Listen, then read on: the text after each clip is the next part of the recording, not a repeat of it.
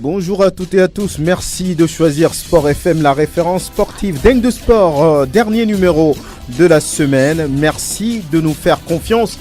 Continuez.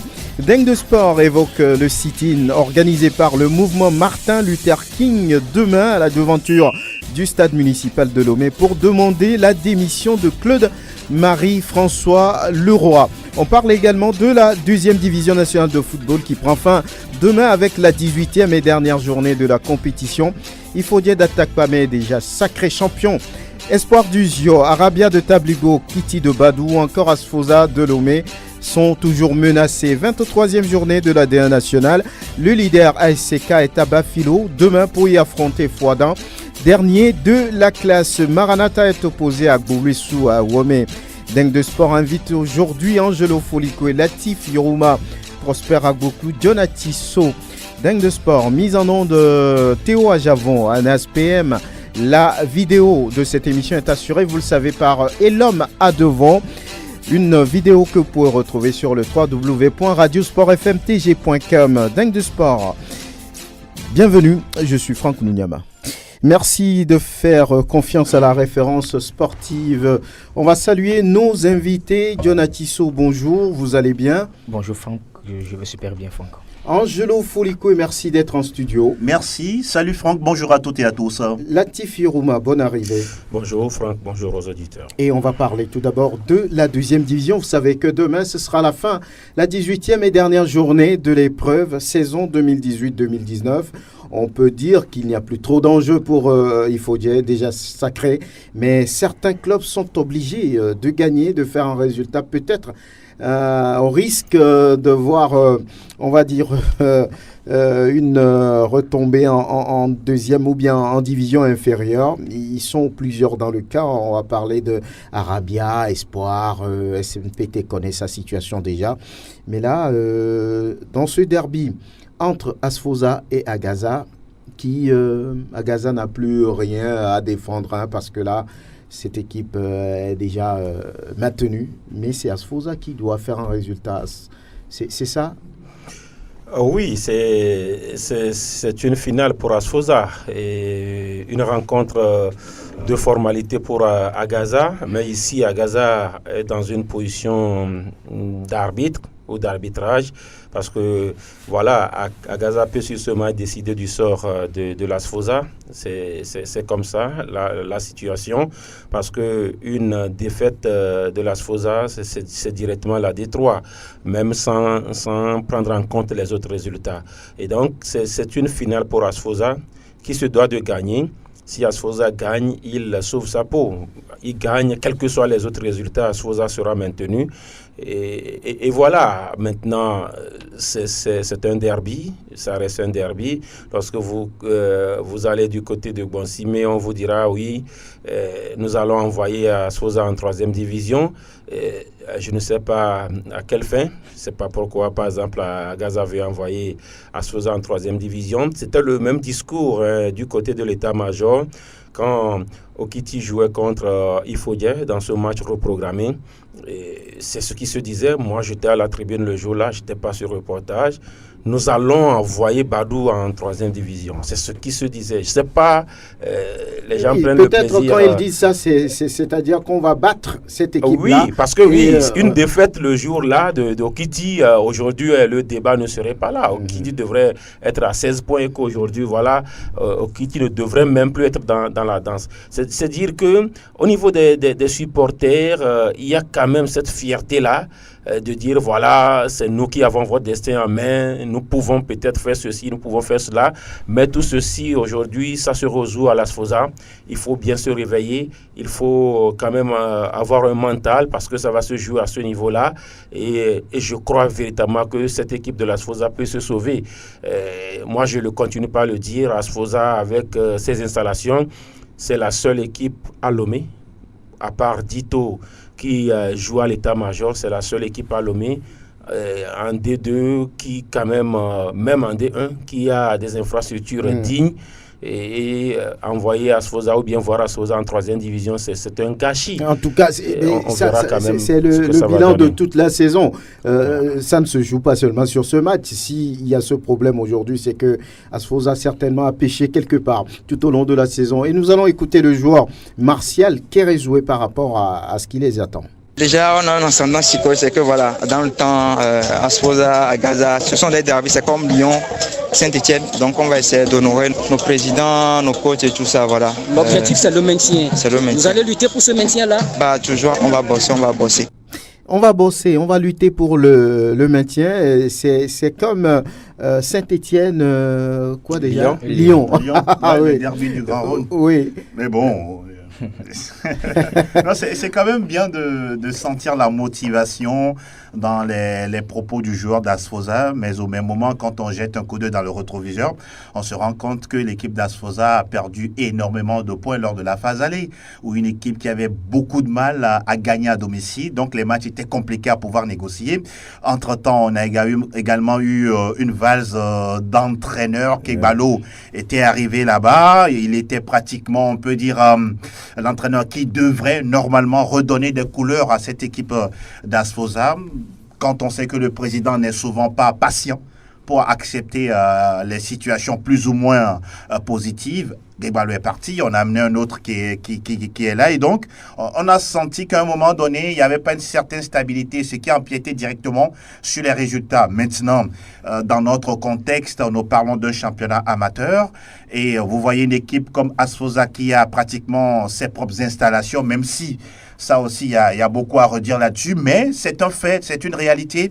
Voir une telle équipe évoluer en 3e division, ça va être quand même, je dirais, une grosse perte en guillemets pour notre football, et surtout en matière d'infrastructure. Et puis pour chuter, je pense que le match se joue certes sur le terrain, Franck, mais au-delà de ça, ça se négocie aussi ailleurs. Ça s'est négocié ailleurs, suivez mon regard. Et donc, Asfoza a beaucoup plus à perdre qu'Agaza.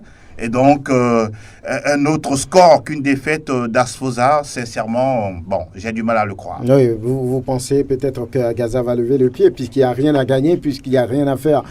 Qu'on gagne ou qu'on perde ce match, il n'y a rien derrière pour Agaza, mais il faudra que Asfoza puisse gagner pour sauver sa peau cette saison. On verra bien ce que ça va donner. Le champion déjà connu, John, c'est Ifodien, qui joue contre l'un des prétendants en début de saison à la montée, c'est Kotoko. Maintenant, on connaît la situation. Kotoko également n'a pas grand-chose à faire puisqu'il n'y a pas danger autour. Comment est-ce qu'on peut jouer un tel match? Il faut dire Kotoko, ça donne quoi visiblement? Franck, avant de répondre à cette question, je vais quand même revenir sur le match à Gaza. Le derby vous intéresse? Le derby Asfoza à Gaza. Je crois que lors du dernier match d'Agaza à domicile face à Ifodien, le préparateur physique a quand même dit à la presse que oui, ils se sont maintenus, l'équipe s'est maintenue, mais il va falloir faire quand même un résultat lors de la dernière journée pour pouvoir quand même poser les jalons pour la saison prochaine, parce que l'objectif premier d'Agaza cette saison, c'est quand même de revenir en première division après, je crois, 4 ans en D2. Mais je crois véritablement que Asfoza a perdu énormément de points cette saison. Mais dans le sprint final, c'est une équipe qui a su faire les résultats quand il le fallait. On a vu qu'il a battu la SNPT à Hautoué, il a battu également Okiti à domicile à Blogame. Mais je pense véritablement que c'est un derby, comme le joueur l'a dit. Et un derby, ça se gagne, ça ne se joue pas. Mais effectivement, si aujourd'hui on voit Asfoza être relégué en D3, ça va faire tache d'huile, parce qu'on a vu il y a quelques saisons, le président Mouzoutété a lancé un programme ambitieux avec la pelouse, avec le terrain. Il y a tout ce qui tourne autour de cela. Et voir maintenant cette équipe-là qui a depuis quelques années un programme ici, c'est véritablement faire de l'équipe de la Forêt Sacrée une équipe référence à Lomé. Voir cette équipe-là au niveau de la 3e division, je pense véritablement que ça va remettre quand même cette équipe-là dans le noir. Revenir maintenant sur le match, il faut dire Kotoko. Les deux équipes avaient cette prétention de pouvoir revenir en première division. On a vu qu'il faut littéralement marcher sur la D2 suite cette saison. Une seule défaite tout récemment lors de la 16e journée qui a été reprogrammée, battue par Okiti de Badou au niveau du stade de la JCA. Kotoko, je crois personnellement que cette équipe a été bouleversée par l'affaire des 3 points retirés par rapport à Gaza. Selon les informations, j'ai eu cette information que l'équipe a beaucoup laissé de plumes par rapport à cette affaire-là, parce qu'il fallait voir les joueurs, il fallait être contre également la décision de la FTF et quand même au niveau d'Agaza. Donc cela fait que l'équipe ne s'est pas concentrée véritablement sur l'objectif qui est de maintenir. Est-ce que quand on n'avait pas perdu les choses avant même que ce problème ne déclenche? Mais j'ai eu à entendre que cette affaire a beaucoup mis la pression, perturbé, a beaucoup mis la pression sur l'équipe. Oui. Mais l'objectif, je crois qu'il n'a pas été atteint, mais ils se sont maintenus. À eux de pouvoir véritablement poser les jalons pour véritablement revenir en tirant la saison prochaine. Oui. Espoir de Thiévier, qu'est-ce qui se passe? Ils sont menacés aussi. Menacé. C'est même la vraie finale là-bas. Il faut gagner. Oui, parce que dans ce match, les deux ont des problèmes. Les deux sont menacés, les deux peuvent se sauver. Et Espoir au Kiti. Lorsque vous prenez par exemple Asfosa à Gaza n'est pas menacé. Lorsque vous prenez par exemple SNPT à Arabia, on sait que SNPT est déjà condamné. Ouais. Mais là, ici, c'est en fait deux candidats au maintien. Et un des deux peut tomber. Et je dis, ce match se joue en même temps à Thiévier, mais les radars un peu partout. Et puis, lorsque vous écoutez toutes les informations autour, voilà, on vous dira que Espoir jouera sur plusieurs fronts. Parce que Espoir aussi a comme Kodjovi Mawena, entraîneur d'Agaza, et que Agaza peut-être va jouer aussi pour Espoir du Zio, parce que Mawena va tout faire pour battre Asfosa de Lomé, pour sauver, comment on dit, Espoir du Zio, quel que soit le résultat. Et donc, c'est beaucoup de choses. Mais je dis, ce match, non seulement il a tout au niveau comptable, il est aussi à haut risque. Il faut quand même le préciser. Il est à haut risque. On connaît le public de Badou. On connaît aussi le public de Thiévier. Le public de Thiévier, c'est vrai, cette année, ce n'est pas quand même qu'il y a eu de la violence véritablement au niveau de Thiévier. Mais on sait que un résultat négatif peut quand même embraser là-bas au stade Dr Kaolo. Embraser pas forcément contre Okiti de Badou, mais contre même les dirigeants, le staff dirigeant, tout cela. J'ai peur par exemple pour mon ami Joël Achou, qui est venu trouver le club en deuxième division et qui devrait tout faire pour le laisser en deuxième division. Parce que, alors, si vous perdez ce match-là, le scénario, il est là. Si Espoir perd ce match et que Asfosa gagne, parce que dans tous les cas, je sais que Arabia fera tout le nécessaire pour prendre au moins un point face à la Société Nouvelle des Phosphates. Là, ça sera compliqué. Un match nul peut sauver Espoir. Mais lorsque vous voyez Okiti, moi j'ai vu Okiti face à Ifodje, ce match, il a gagné pas forcément en le dominant. Il a juste fait l'essentiel à la première ou bien à la deuxième minute. Ils ont marqué et ils ont su quand même contenir les velléités, répéter de Ifodje. Donc, Espoir a beaucoup plus la pression. Ifodje, et je dis Ifodje, Okiti est en déplacement et souvent cette équipe même dit qu'elle a plus de pression lorsqu'elle joue devant son public. Espoir aussi a trop de pression lorsqu'il joue devant son public. Et donc, tous les voyants sont soit au vert, soit au rouge. Mais là, ce que moi je voudrais, il faudrait que la fédération laisse totalement le jeu ouvert. C'est ce qu'on demande. Il faut laisser totalement le jeu ouvert et que le meilleur ou bien le plus rusé l'emporte. Oui, bonjour Prosper. Bonjour Franck. Vous allez bien? Par la grâce de Dieu. Très bien, bonne arrivée. Alors, quel est le bilan qu'on peut faire? On sait que c'est la dernière journée. Aujourd'hui, est-ce qu'on peut dire, oui, par rapport au titre de champion, Ifodje, c'est mérité? C'était quand même, on va dire, les prévisions par rapport à cette deuxième division. Il faut dire, on le sait, faisait partie des potentiels champions. On savait qu'il y a Kotoko, à Gaza, pourquoi pas. En temps 2, qui a joué à 2 reprises, Étoile filante. Aujourd'hui, c'est Ifodje qui a su tirer son épingle du jeu. C'est bon, c'était attendu finalement. Je ne suis pas surpris par, sincèrement, ce titre de champion acquis par la formation d'Ifodje d'Atapamé. On se rappelle comme il y a quelques mois, lors du tournoi Sport FM, l'équipe était engagée au niveau de cette compétition, histoire de trouver un peu de temps de jeu avant de pouvoir entamer l'exercice au niveau de la D2. Je me rappelle qu'à l'époque, c'était Brice Thiegoum, Camerounais, qui était arrivé à la tête de cette équipe-là, avec une ambition. Certes, après, on a compris comme quoi il fallait chercher quelqu'un qui avait plus d'expérience en la matière, surtout précisément au niveau des montées ou des remontées en première division. Kofi Komla, qui est arrivé, il a fait avec Espoir du Zio, il a fait avec d'autres équipes également. Et donc, je me rappelle comme quoi, à chaque fois dans son discours, il est arrivé pour une mission. Cette mission, c'est de faire remonter Ifodje au niveau de la division d'élite. Et je pense que petit à petit, clopin, il a réussi sa mission. On se rend compte qu'à domicile, Ifodje n'a pratiquement pas perdu de match, quel que soit l'adversaire qui arrive. Oui, il y a eu des matchs entre guillemets un tout petit peu tendus, houleux.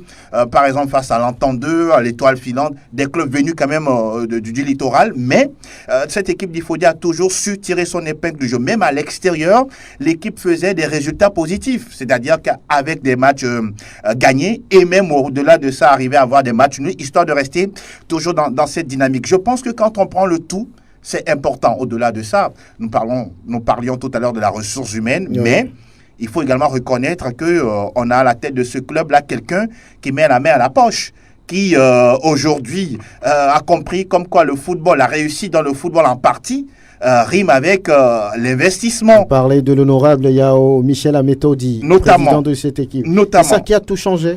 Mais c'est énorme. Tous les clubs qui ont été champions au moins une fois sur notre territoire, en partie, c'est parce que le président du club met énormément de moyens en place. C'est très important. Les moyens, ce n'est pas forcément peut-être acheter un bus flambant neuf, mais c'est également, par exemple, les émoluments des joueurs. Vous avez des joueurs qui, chaque match gagné, émarge quoi, je ne sais pas, à 30 000 francs ou à 15 000 francs. Vous avez des joueurs qui sont régulièrement payés. Vous avez des joueurs qui sont dans des bonnes conditions de travail. Vous ne pouvez que donner le meilleur de vous-même, même si par endroit, il y a des joueurs paresseux. Ça aussi, il faut le reconnaître. Maintenant, je pense que, pour terminer, il faut déjà mériter son titre de champion. Et moi, je dis, ce n'est que le début. Parce que le plus dur, ce sera en première division. Parce que je me rappelle simplement le cas d'Espoir du Zion. Cette équipe qui avait battu 1-0 la formation l'AS Togopor en 2018 au municipal ici. Et je me rappelle du discours de Amavi Patatou, paix à son âme. Nous sommes de retour. Après, la saison qui a suivi, c'est en deuxième division. Alors, nous parlons, Espoir est aux portes de la troisième division. Et donc, voilà, message clair à qui comprendra. Avec un bus aussi, mais qui, vert blanc. Les couleurs d'Agaza. C'est flambant neuf. Oui, quel bilan, vous, à votre niveau, Prosper, au niveau de la D2 zone sud, même si dans la zone nord, on peine à connaître le champion. En D2, vous avez été surpris par un club, déception à votre niveau? Oui, il y a eu des déceptions, d'insatisfaction et aussi des surprises. Vous savez, lorsqu'on entamait ce championnat, il y avait déjà des champions déclarés, des gens qui ont visé, des équipes qui ont affiché leur intention réelle avec des réformes profondes au niveau même des clubs. Regardez Cotton de Lavier. À l'époque, on a recruté l'entraîneur même, c'est à coup de qu'on appelle médiatique. Plus de 6 mois même, on a mis en place une structure pour y arriver. Mais en fin de compte, il y a eu des problèmes extrasportifs qui ont renvoyé l'entraîneur, l'ont éloigné donc de l'équipe et finalement, Folivia Sename est devenu par la force des choses une fois encore titulaire de ce poste-là. Quand on prend cette équipe d'Agaza, l'histoire de Lemay qui nous avait aussi annoncé un départ, je dirais, foudroyant qui finalement s'est étiolé complètement. Il a fallu à un certain moment donné le retour donc de Ticha pour pouvoir relever un peu la barque. C'était aussi une déception. On attendait l'Étoile filante qui avait recruté plutôt Wadja Lantam avec l'idée réelle donc de reprendre du service. Ce sont des déceptions. L'Entente 2 qui avait justement les 2 dernières années nous a habitués donc à un finish aussi éloquent, même si elle perd les finales. on attendait l'entente d'eux, mais elle a commencé timidement avec 3 défaites d'affilée et on ne savait pas où c'était. Donc c'était des déceptions. Il faut dire, oui, il faut dire, a été toujours dans les premiers rôles lors des différents championnats. Mais là, même si on attendait cette équipe avec le recrutement de Kofi Komla, je crois que les choses sont les mêmes, quel que soit ce qu'on dira, les pénaltys pour le président, qu'on dit souvent, on n'a jamais dit qu'il faut dire encaisser des buts que les arbitres ont refusés. Ça aussi, c'est le paradoxe. On a marqué sur pénalty, on a toujours dit que c'était qu'on appelle la critique qui était vis-à-vis de cette équipe. On n'a jamais dit qu'il faut dire on a marqué, les arbitres ont refusé. Donc, on dira tout simplement que la chance accompagne souvent les plus audacieux. Quand oui, la chance les accompagne, ça a été toujours comme ça. Ils ont osé quelque part, même ils ont gagné. Ils ont gagné. Satisfaction quand même, parce que quitter la première division pendant des années, pour le retrouver, c'est tout à fait très bon. Maintenant, il y a eu des équipes intermédiaires. C'est Arabia qui avait aussi voulu arriver. Moi, je ne suis pas trop déçu pour cette équipe parce que ce que Joly et son équipe avaient fait au départ, on a quand même senti qu'il y a de la volonté. Maintenant, il faut de l'expérience pour pouvoir accomplir, s'aguerrir donc de tout ce qu'on veut. Maintenant, au niveau des déceptions, bon, Espoir de Zion, on en a parlé, c'est une déception, moi je ne crois pas, parce que on n'a pas pris les choses, on n'a pas commencé les choses à temps. Donc, voilà. Non plus, elle est restée. La Société Nouvelle des Phosphates. Elle est restée là. Donc, je crois que la Sfosa également, qui avait voulu, mais bon, vous savez, tout ce qui entoure cette équipe-là. Bon, voilà. On va avancer après avoir donné le programme complet de cette 18e journée de la D2 Zone Sud de derby dans la capitale, Asfosa à Gaza et puis Étoile Filante en 32.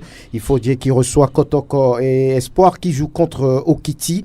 Là-bas à Thiévier, ça va être un match assez disputé parce que les deux clubs sont menacés. Et puis la Société Nouvelle des Phosphates du Togo qui connaît déjà son sort reçoit Arabia Football Club. Match à la portée de cette équipe quand même d'Arabia.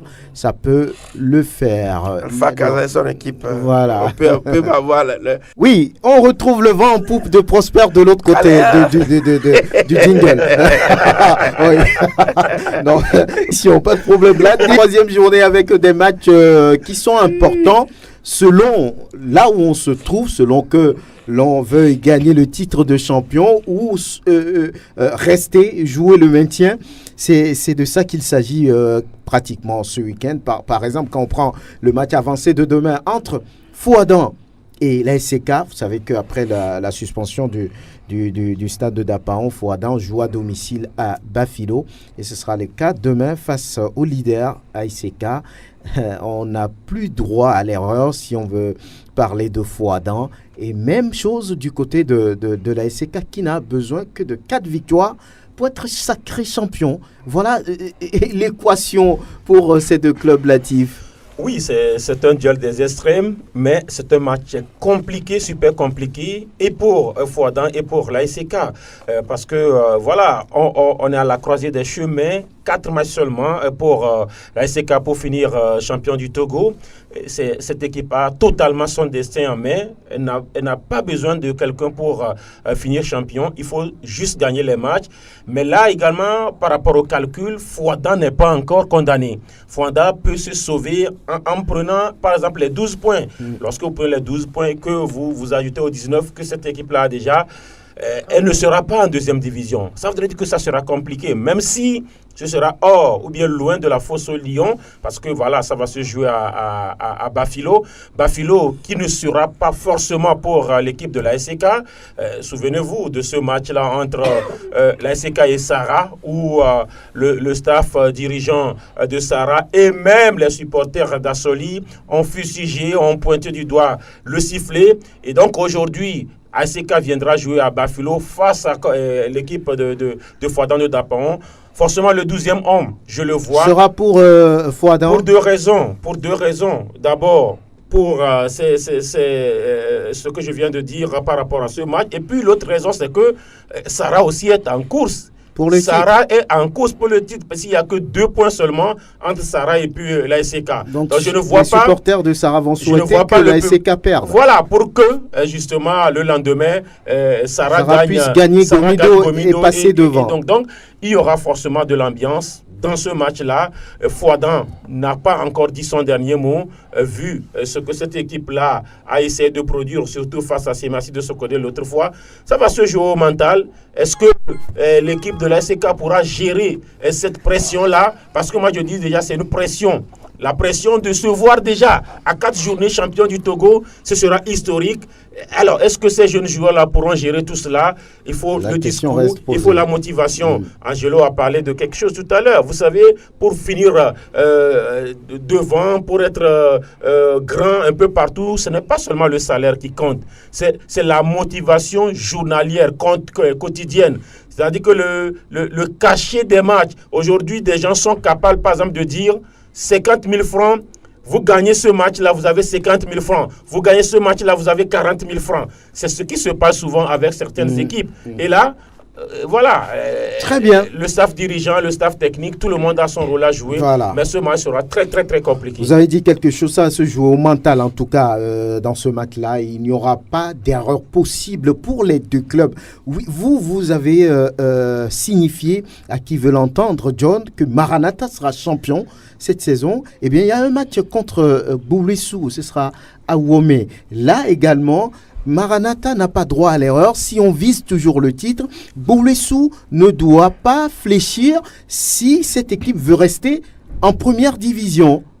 C'est compliqué comme équation. Oui, c'est vraiment compliqué, mais il faut dire que les messages de Fiokpo sont sur une bonne dynamique. Après cette lourde défaite à domicile face à l'SC 4-1, ils ont enchaîné avec une victoire à l'état-major face à l'SOTR, une victoire également à domicile et l'autre victoire la dernière fois face à Gomido dans le derby du Grand Cloto.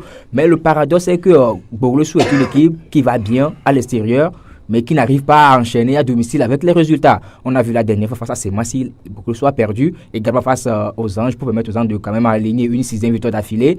Mais je pense véritablement qu'aujourd'hui, Bouloissou a les armes nécessaires pour aller titiller les messagers de Fiokpo à domicile. Quand on prend quand même le trio offensif de Bouloissou, Ulrich Kenom, Urotagba Moubarak et Geli Kofi, je pense véritablement qu'ils pourront faire quelque chose. Mais aujourd'hui, on peut dire que c'est deux équipes qui ont quand même deux trios magique. Quand on prend du côté de Maranatha, on peut parler de Flavien Congo, également de Narté Emmanuel et de Richmond. Donc, je pense véritablement que ça va se jouer surtout sur le plan offensif et la défense qui aura quand même à éliminer cette velléité-là permettra quand même à l'équipe de pouvoir remporter. Oui, Angelo Foliko, que dire d'Asco? Asco qui est dans la zone rouge et qui fait un déplacement compliqué vers Ange Football Club, qui également est candidat au titre. Oui, mais je pense que l'adjectif est bien trouvé. C'est un match compliqué pour l'entraîneur, Yves Yekouvi, que l'on connaît désormais comme coach principal de cette formation. Il a dit que le maintien est possible, mais tout ça va passer d'abord par le fait de gagner les matchs sur le terrain. Ange qui est pratiquement, je peux dire, invincible à domicile. C'est une équipe qui a aligné déjà 6 victoires de suite, qui a envie d'enchaîner avec un 7e, histoire de rester également dans la roue du peloton qui est en train de diriger cette division d'élite. Donc je pense que cette équipe d'Asco doit faire extrêmement attention et surtout arriver à concrétiser les meilleures actions, parce que dans ce genre de match, c'est souvent très fermé. Un seul but, vous avez quand même l'occasion de marquer, vous préférez garder les cages et surtout gagner à la fin. Je pense que Ange, aujourd'hui, on comprend aisément qu'on n'a pas besoin de faire un beau football, mais l'essentiel, c'est d'envoyer le ballon au fond, et quand vous le faites, et derrière, vous arrivez à préserver, ça fait du bien. J'espère qu'on aura quand même une belle partie du côté de Montien ce dimanche.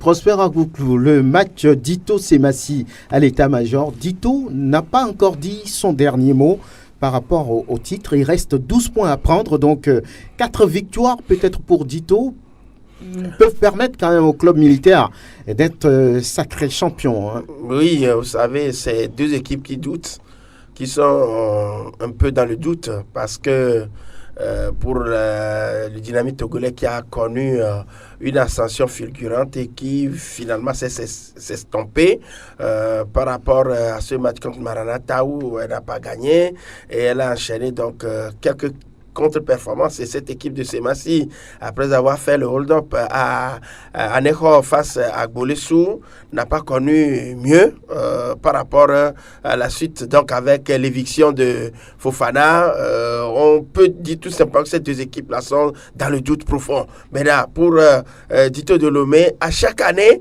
à chaque saison, on peut être champion. C'est-à-dire qu'il est parmi les figurants et en fin de compte, elle rate donc le coach. Il faut limoger l'entraîneur. Mais cette fois-ci, je crois quand même que, étant très conscient de la situation, je crois qu'on peut tout simplement penser que ce match-là, bien malin qui penchera ou bien qui peut-être dira celui qui peut gagner. Je vois les deux équipes à 50-50 parce que Abraham Samer va devoir prouver. Il dit qu'il y a des joueurs qui trichent. Hein. Il faut les revoir, il faut les. Je sais que l'entraîneur les aligne. C'est sa faute. Que dire de ce match entre l'AS Togopor et l'AS Sauterre? Deux équipes pas sauvées de la relégation si jamais elles ne se comportent pas bien sûr ces 4 dernières journées. Tout est possible, Latif. Oui, tout est possible. Maintenant, vous savez, les deux formations ont quand même eu à respirer sur ces dernières journées. L'AS Sauterre a gagné enfin après avoir aligné 5 matchs sans victoire. Ils ont pris 1 point seulement sur 15 possibles. Ils ont un tout petit peu respiré après avoir gagné Koroki l'autre fois. L'AS Togopor n'a pas su enchaîner, mais a eu quand même à gagner des points importants. Souvenez-vous de cette victoire-là à Sokodé face à Semassi. Et donc, pour l'instant, c'est ces deux équipes qui ne sont pas encore sauvées, mais qui respirent un tout petit peu. Il faut, sur les 4 journées, essayer de glaner quelques points pour se mettre totalement à l'abri. Ce qui est intéressant dans ce championnat, c'est que même ceux qui sont au coude à coude auront à se rencontrer. Et donc, dans ces histoires-là, même si, par exemple, les deux équipes sortent avec un match nul, il n'y a pas une qui est plongée. Les deux restent toujours à la surface de l'eau. Mais je pense que par rapport à ce que j'ai vu l'autre fois, la SOT peut passer avec la faveur des pronostics, mais on ne saura pas ce qui peut se passer sur cette nouvelle pelouse synthétique du municipal. Angelo veut placer un mot. Oui, deux équipes qui ont quand même un cliché assez commun. Deux équipes à connotation corporative. Vous prenez l'AS Togopor, où c'est le port du pays qui normalement a eu à faire cette campagne de Ligue africaine des champions, qui a connu de bons joueurs, même si après on n'a pas su planifier l'avenir. Ils sont partis, n'ont pas été suffisamment et même qualitativement remplacés. Du côté de la SOTR, c'est pratiquement la même chose. On a un effectif qu'on a du mal à tirer le meilleur. Je les trouve souvent... Ça reste mon avis paresseux, qui ne veulent pas donner le meilleur d'eux-mêmes. Peut-être ils se contentent juste des primes de match, de salaire, et puis ça leur suffit. Et donc j'espère que s'il faut parler de manière juste, les résultats sur le terrain ne fait que justifier ce qu'on est en train de voir aujourd'hui. Et puis ce qui est triste, c'est que ces deux équipes qui ont foncièrement des moyens, même si on n'en parle pas souvent, mais tout ça dépend d'une bonne planification. Vous avez normalement autant de moyens, vous avez le devoir de pouvoir jouer les premiers rôles dans un tel championnat. Alors, on vous donne le programme complet de cette 23e journée. Samedi déjà en avancée, Fouadan reçoit ASK à Bafilo, et puis dimanche, Koroki Bikinti, Sarah Gomido. On aura Ange Football Club Asco Angoche, Maranatha Gbolessou à Omedito, Semassi à l'état-major, et puis Togopor à Sauterre au municipal de Lomé. Moi je donne rendez-vous après le 6e match, où là bien évidemment, si on n'est pas qualifié, ça sera la fin de mon aventure togolaise. Si on n'est pas qualifié, ça sera la fin de mon aventure togolaise. Si on n'est pas qualifié, ça sera la fin de mon aventure togolaise. Bien évidemment, puisque ça sera la fin de mon contrat, logiquement. Donc, il n'y aura même pas à revenir là-dessus. Le jour où vous me verrez démissionner, il n'est pas arrivé. Il n'est pas arrivé. Ce n'est pas un match de football qui me fera démissionner, jamais, parce que je vais toujours jusqu'au bout de mes contrats.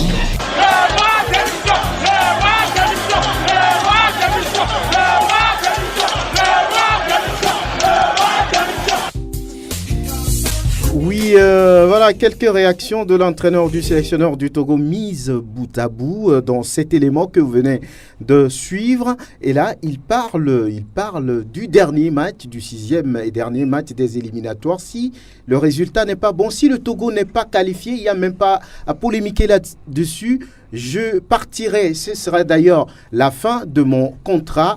On ne doit pas débattre là-dessus. Derrière, il dit aussi qu'il y a encore beaucoup de choses à faire dans ce pays.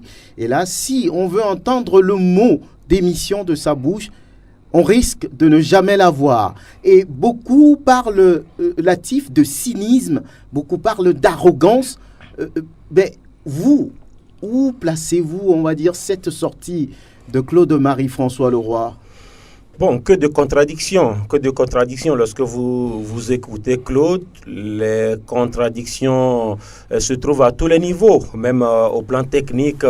Lorsque vous voyez par exemple les propositions tactiques, les castings par rapport aux différents matchs que le Togo a eu à jouer, il n'y a que de contradictions. Juste, je prends l'exemple du match Bénin-Togo. Le Togo avait besoin de gagner pour se qualifier. On avait besoin donc des tueurs, des buteurs. Malheureusement, Claude a choisi de mettre les tueurs, les buteurs sur le banc. Est-ce que ce n'est pas la prudence? Écoutez, la prudence dans un match où vous devriez coûte que coûte gagner pour passer, la prudence, comment? Moi, je ne me l'explique pas cela. Par exemple, lorsque nous prenons le joueur Mlapa Péniel, qui joue au niveau de Vanlo et qui est en état de grâce depuis un moment en club, qui n'a pas joué une seule seconde dans ce match-là. Lorsqu'on perd 45 minutes avec Labafodo sur le banc, alors que ce joueur-là est pratiquement le meilleur buteur des éperviers en club, alors je pense qu'il y a de la contradiction quelque part. Lorsque vous prenez le discours, il y a également de la contradiction dans le discours de Claude Leroy. On vient d'écouter quand même un élément. Lorsqu'on dit « je vous donne rendez-vous », ça dit qu'on est sûr de soi. Je vous donne rendez-vous lors de la 6e journée. Ce rendez-vous est arrivé, on n'a pas vu Claude. Alors, on ne l'a pas vu. Aujourd'hui, je pense que le débat ne devrait plus être là. Il dit qu'il veut démissionner, mais il dit au même moment qu'il n'est pas le décideur. Il n'est si on lui demande de continuer, il fait quoi? Oui, mais il y a ce qu'on appelle l'ambition, il y a ce qu'on appelle la fierté, il y a ce qu'on appelle l'orgueil, il y a ce qu'on appelle l'honneur. Alors, Claude est dans quoi? Dans tout cela. Sa fierté est où? Son honneur est où dans tout cela? Lorsque vous venez dans un pays, pendant 3 ans, je dis bien 3 ans d'ailleurs, je rappelle que c'est le seul sélectionneur de toute l'histoire du Togo. Nous avons eu de la coopération au Togo avec Getlif Geller, qui était devenu un Togolais pratiquement au nom de la coopération entre l'Allemagne et le Togo, qui était là et puis qui travaillait. Mais lorsqu'on prend les sélectionneurs que le Togo a eu officiellement à signer, c'est le tout premier qui a eu à signer 3 ans. Lorsque vous prenez également l'histoire de notre football, je dis Franck, alors moi je ne sais pas comment, je le dis partout où je passe, je ne sais pas comment le Togo s'est qualifié pour Yaoundé 72 par exemple. Le Togo était à Yaoundé. Le parcours, je ne l'ai pas vécu, je l'ai juste eu, on me l'a compté. En 84, on était à Abidjan, je ne sais pas comment ça s'est passé. Mais lorsque nous, on a commencé véritablement à suivre notre football, le Togo était au Burkina en 98. On s'était brillamment qualifié. Au Burkina, on a gagné un match à la CAN. Souvenez-vous de cette victoire-là face au Ghana. En 2000, on s'était brillamment qualifié. On était au Ghana, éliminé de justesse parce que dans notre poule... 2002. C'était en 2000 au Ghana. En 2002, c'était au Mali. En 2000, on était dans la poule où toutes les nations avaient 4 points. Vous vous souvenez, 4 points. Le Togo et le Cameroun qui a gagné la CAN cette année, toute l'année civile. On a eu de la fierté même étant éliminé. En 2002, c'était un Togolais, Tchanlé Bana, qui à toi, premier sans deuxième, qui n'a pas encaissé un seul but, qui est allé à la CAN, il a eu 2 points. Il est revenu, il n'a pas fini. Et dernier de la classe comme avec Claude. Donc, vous dites que le sélectionneur Claude est nul sur son parcours. Moi, je dis que lorsque je fais le total de tout ce que moi j'ai pu vivre de l'histoire du football togolais, c'est le pire sélectionneur. Par rapport aux résultats, c'est le pire. Par rapport au budget, c'est l'entraîneur qui nous a tout bouffé, par exemple. C'est l'entraîneur qui nous a séparés de notre équipe nationale. C'est l'entraîneur qui nous a frustrés parce que, écoutez, quand Claude est arrivé, le pont, il est cassé. Bien. Il est le président épervier, il est le coach des éperviers, il est le financier des éperviers, tout, mais à la fin, le résultat, il est nul. Lorsqu'on prend les résultats, le tournoi UFOA, on nous a éliminés au Chan. Avec Claude, on n'a rien gagné. Bien. Aujourd'hui, tout est là. Voilà, oui. Diana Tissot, oui. Quand vous écoutez les déclarations du sélectionneur qui, visiblement, ne veut plus partir, il dit aussi qu'il y a beaucoup de choses à faire dans ce pays. Et il a encore la CAN 2021 au Cameroun, ce sera sa 10e CAN. Il a envie de diriger la campagne mondiale 2022 pour le Qatar. Après, il va devenir conseiller technique. Mais on a comme l'impression qu'il s'impose aux Togolais. C'est ce que vous comprenez aussi ? Oui, mais Franck, il faut dire que... Oui, allez-y rapidement. Oui, Franck, il faut dire que quand il y a échec, on peut toutefois prolonger un sélectionneur. Si on voit que quelque chose se profile à l'horizon. Mais dans ce cas d'espèce, en 3 ans de Claude Leroy, le Togo a reculé au niveau du classement FIFA de 23 places parce qu'en avril 2016, le Togo était 103e. À l'heure où nous parlons, le Togo est 126e sur le classement FIFA. Et il n'y a pas quand même de choix tactiques clairs de la part de nos éperviers, des choix de joueurs hasardeux. Il laisse des joueurs sur le carreau, il prend des décisions autoritaires. Mais quand on prend toutes ces choses-là, aujourd'hui, Claude Leroy ne peut que partir. Aujourd'hui, il nous a dit le 18 novembre dernier, en 2018, que s'il n'arrivait pas à qualifier le Togo pour la CAN, il va vider le plancher. Mais depuis là, on voit qu'il est revenu en disant que si nous voulons entendre... Quelqu'un lui a dit de rester. Je mets l'accent sur quand même le partage de cette responsabilité-là. Aujourd'hui, Claude Leroy n'est pas plus géant, n'est pas plus supérieur que le Togo. Aujourd'hui, c'est quelqu'un qui lui a dit, Claude, ok, reste. C'est pour cela qu'il a dit, parce qu'il ne peut pas prendre une décision à lui seul, une décision unilatérale, pour dire que, ok, je m'impose à vous, je reste au Togo. Quelqu'un qui lui a dit, peut-être, selon les informations, Claude Leroy a eu son contrat au niveau de la présidence. Peut-être que c'est le chef de l'État en personne qui a signé ce contrat avec Claude Leroy. Est-ce que Fornia Singbe a le temps pour ça? C'est ce que nous avons. Mais Fornia Singbe est le papa du Togo. Et aujourd'hui, les fils du Togo pleurent en disant qu'on ne veut pas de Claude Leroy. Et demain, il y aura quand même un sitting au niveau du stade municipal de Lomé. C'est pour quand même déplorer ce qui se fait actuellement. On ne gère pas une équipe nationale de la sorte. On ne gère pas une équipe nationale comme si on est quand même le président des éperviers, comme Latif vient de dire. Quand je vois tout cela, ça me fait rire parce que le public sportif du Togo, le peuple togolais dit que Claude, on ne te veut plus. Parce que quand on voit les résultats, ce n'est pas quand même reluisant. Quand on voit quand même la façon dont nous jouons, ce n'est pas ça. En 2002, quand on prend le système tactique mis en place par Tadile Bana, j'étais gamin en ce temps, je voyais le football, même si ce n'est pas ça en termes de production de jeu offensif, on arrivait quand même à gagner. Et ça donne de la fierté au Togolais. Mais depuis la tête des éperviers. On n'a plus sa place à la tête des éperviers. Bien. Ok. Oui, Angelo Folikoé, le monsieur a pu engranger 5 points sur 18 possibles lors des 6 journées. Quelqu'un a dit qu'il n'y a rien qui se profile à l'horizon, mais il y a graine du Togo. Et bientôt, vous allez avoir des joueurs pour l'équipe nationale. Oui, mais c'est des choses quand même qu'on peut encourager. Peut-être ce sont ces projets-là qui le poussent à dire non, je ne peux pas abandonner le Togo. C'est un pays cher à moi, donc je continue. Ce n'est pas ça. Chacun défend son intérêt, je le comprends, mais nous aussi, le peuple togolais défend son intérêt. Le peuple togolais, le public sportif togolais a envie de voir quelqu'un d'autre à la tête de sa sélection. N'oublions pas que lorsqu'on parle d'une sélection nationale, c'est des millions d'habitants qui, visiblement, sont en même temps sélectionneurs. Et donc, si les résultats ne vont pas, je dirais, dans le bon sens, ils sont en droit de pouvoir réclamer la tête du sélectionneur. Je me rappelle par exemple du cas Henri Kasberza qui était à la CAN 2008 au Ghana. À une certaine période, il sentait l'élimination de l'équipe du Mali. Lors du 3e match, avant même le 3e match, pendant la compétition, il a démissionné. Il a démissionné. Et là, ça, on parle d'honneur, on parle de dignité humaine. Moi, je pense qu'on a mal fait les choses et on fait mal les choses au Togo. Lorsque, par exemple, un sélectionneur qui est nommé, qui arrive dans un pays et que la fédération, l'administration de tutelle qui régit tout ce qui concerne les compétitions sur les territoires et même à l'international ne connaît pas, je dirais, le contenu du contrat du sélectionneur, il y a un problème. il y a un énorme problème. Donc, je me dis simplement que si il doit partir... On ne connaît pas ou bien on connaît, on ne veut pas le dire. On ne connaît pas. Moi, je ne connais pas. Le public sportif ne connaît pas. Vous avez posé la question à Kovi, par exemple. On l'a approché plusieurs fois.